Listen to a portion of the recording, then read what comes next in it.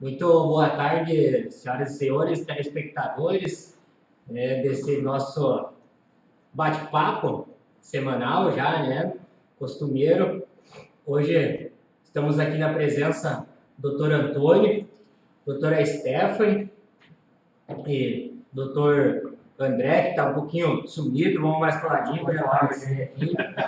Logo na sequência também estará chegando para compor a mesa também o Dr. Luiz Clóvis, nessa tarde fria na capital das Missões. Temos a imensa honra de estar aqui com os nobres colegas presentes na mesa, hoje para tratar de um assunto de extrema relevância, que é a proteção dos dados. Hoje trataremos sobre algumas informações pertinentes à Lei Geral de Proteção de Dados, a vinculação aos sindicatos, um pouco da responsabilidade de cada dos sindicatos em cima da proteção dos dados, das pessoas que detêm, das empresas que detêm e transmitem dados, Que hoje praticamente são todas as empresas, né? Exatamente. Vamos abordar também a não observância dessas regras, né? O que pode acarretar, né? Vamos fazer uma orientação de como seguir a legislação, né? Tem uma legislação nova que está em vigor há pouco tempo. Então vamos conversar alguns conhecimentos, né? Para pensar assim. Apesar dessa aprovação, né, da Lei de Proteção de Dados ser muito recente, desde a aprovação dela já teve centenas de ações judiciais, mais de 600 contabilizadas no país, e apesar das sanções administrativas virem agora a partir de agosto, é importante os empresários e sindicatos já se prepararem, né, para estar tudo correto, para não ter nenhum tipo de sanção. Apesar de ser uma lei nova, né, já existiam algumas regulamentações, né, que vinha desde o Marco Civil da Internet, né, a Lei de Acesso à Informação, a Lei do Cadastro Positivo. Será por que veio essa regulamentação dessa lei? Qual é o objetivo, talvez, doutor Antônio? O objetivo principal, né, como assim, um avanço tecnológico, ultimamente, né, com relação aos cadastros pessoais, né, houve necessidade de um marco regulador. Né? De uma proteção maior aos dados individuais das pessoas. Isso a gente pode constatar porque não raras vezes tu chegava em um determinado estabelecimento, tu dava o nome, sim, e a pessoa já sabia qual o teu CPF, teu RG, aonde tu morava, o nome do pai, da mãe, quer dizer, essas informações individuais de cada um, e quando não diziam quais os bens que tu tinha, elas não tinha privacidade nenhuma, de uma forma livre, sim, sem que a gente tivesse conhecimento. Exato, não tinha uma regulamentação. Então essa lei veio para regulamentar isso. É necessário. Inclusive na Europa, isso já existia desde 2016, já existia algo nesse sentido. No Brasil, daí como foi aprimorando, no Brasil foi necessário. Evoluiu e chegou a essa regulamentação. Né? É algo mundial, já vinha sendo feito, e agora chegou aqui no Brasil.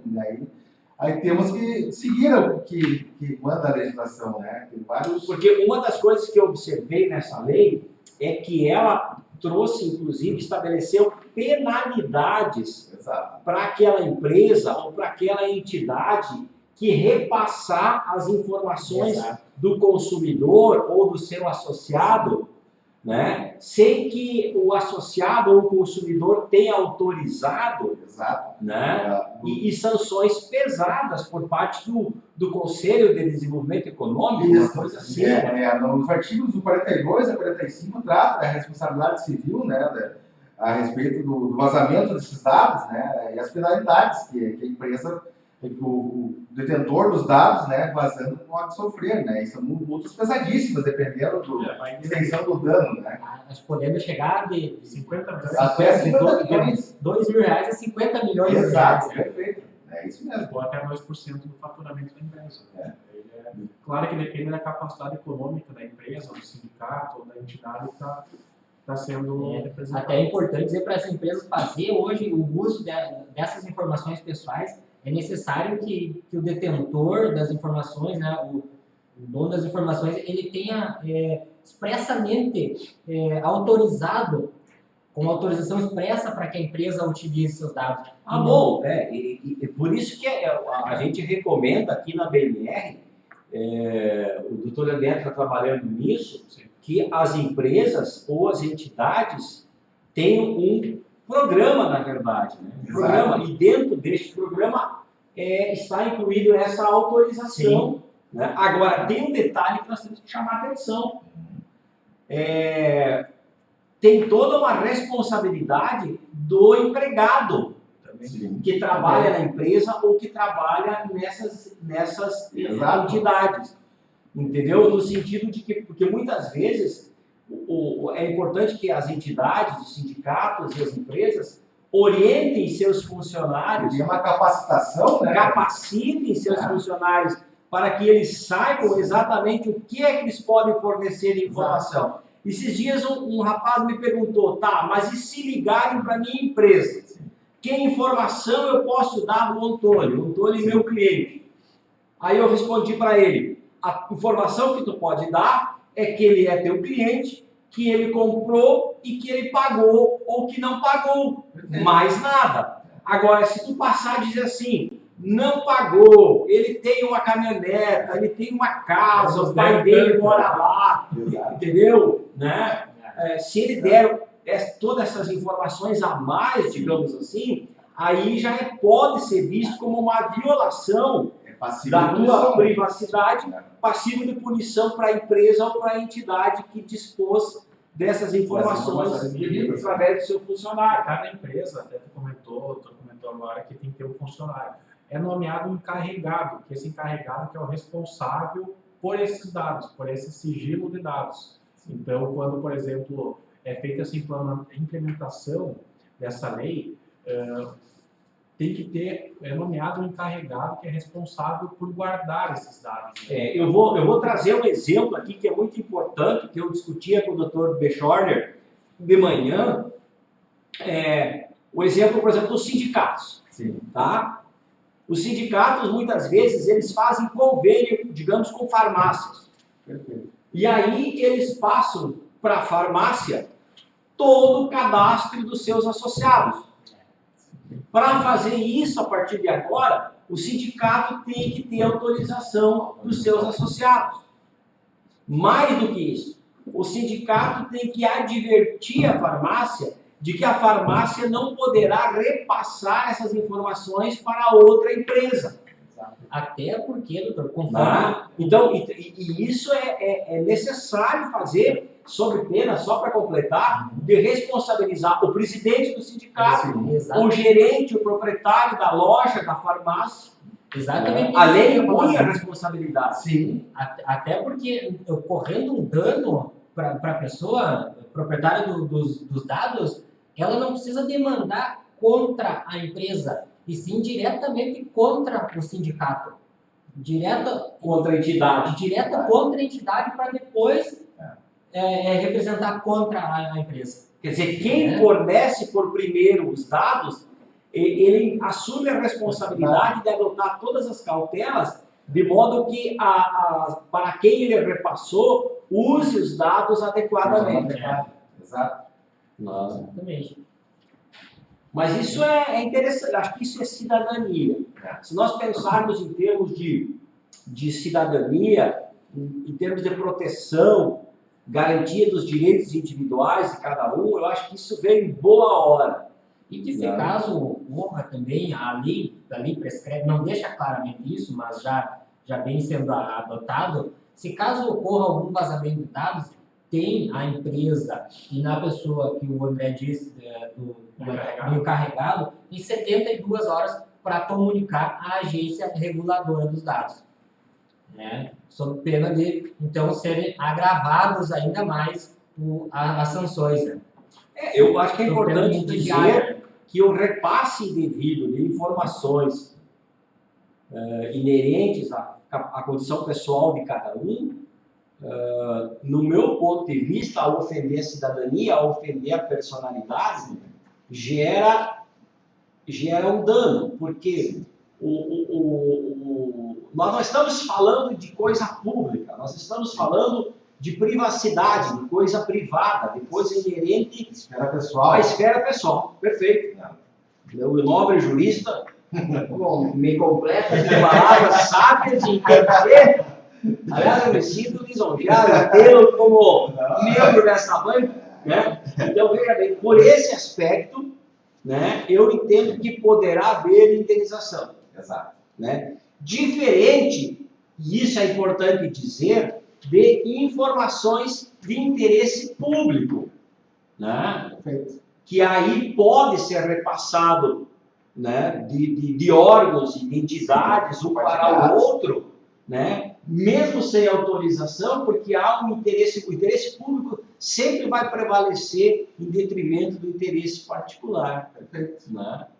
Então, por exemplo, informações do Detran, né? Óbvio que pode ser compartilhado com a polícia, com outros órgãos da esfera governamental, sem problema, nós não estamos falando disso. Essa lei de proteção ela veio justamente para regular esses cadastros das entidades privadas, das empresas e com relação ao cidadão. Exatamente. Olha o que aconteceu nos Estados Unidos, no Facebook, acho que todos já devem ter ouvido ano passado, que vazou milhões de dados. Exato. Não estou lhe ouvindo, doutor André, um pouquinho mais Milhões de dados particulares do mais Facebook, daí de usuários, né? Os dados pessoais, como nome completo, data de nascimento, CPF, que nós temos que fazer o cadastro na rede social, e teve esse vazamento. E o Facebook teve que indenizar bilhões, né? Porque o Facebook é uma rede mundial. Então, aí que começou ainda mais essa discussão sobre os dados pessoais das pessoas. Né? Então, para gente ver como tem mundialmente já está... Houve vazamento de dados bancários, inclusive, nessa Sim, oportunidade, nesse caso, de senhas, logins de senhas, né, de e-mails da Netflix, inclusive, né? Sim. Nessa oportunidade, aí que surgiu um movimento para a regulamentação, né? Agora, uma das questões que tem que deixar bem claro é que tudo que é repassado ilegalmente, por meio de hackers, por meio de invasão a computadores e telefones, obviamente que se isso acontecer, o detentor das informações, ele estaria em tese isento de responsabilidade. Mas agora eu quero levantar uma outra tese que nós discutimos com o doutor Eduardo Bechor de manhã. É no sentido de que o detentor das informações, ele deve se preocupar com a segurança das informações que ele dispõe. Perfeito. Então, por exemplo, eu tenho que adotar no meu computador, no meu sistema de informações, algumas travas, alguma segurança, né? De modo que eu evite que terceiros invadam o meu computador e dali extraiam as informações. E se eu não tiver esses programas, me socorre vocês que são mais ligados aí, mais jovens à internet, se eu não tiver esses programas de segurança instalados, daí eu posso ser responsabilizado, né, pela extração ilegal dessas informações dentro do meu CPD. E apesar da gente estar falando que também empresas grandes e mundiais, né, vale ressaltar que hoje em dia qualquer microempresário pode criar seu próprio site, pode vender produtos online e as pessoas fazerem o pagamento por meio de cartão e fica essas informações salvas no seu computador. No seu computador, e são empresas pequenas, pessoas normais, microempresários, empreendedores que precisam tomar muito cuidado no momento de criação dos sites, da segurança. Essa lei é para todos, né? É para todos. Então, desde o pequeno comerciante até o mais grande. Então, pequeno, micro, médio, grande. E também vale para as entidades, sindicatos, associações, pequenas cooperativas, enfim, né? Todos que de uma ou outra forma detêm informações cadastrais dos seus clientes ou associados. Exato. É necessário uma capacitação, né, para se adequar, né, para se adequar a essa legislação, né, um treinamento do funcionário responsável e tomar todos esses cuidados para resguardar uma possível responsabilização civil, né?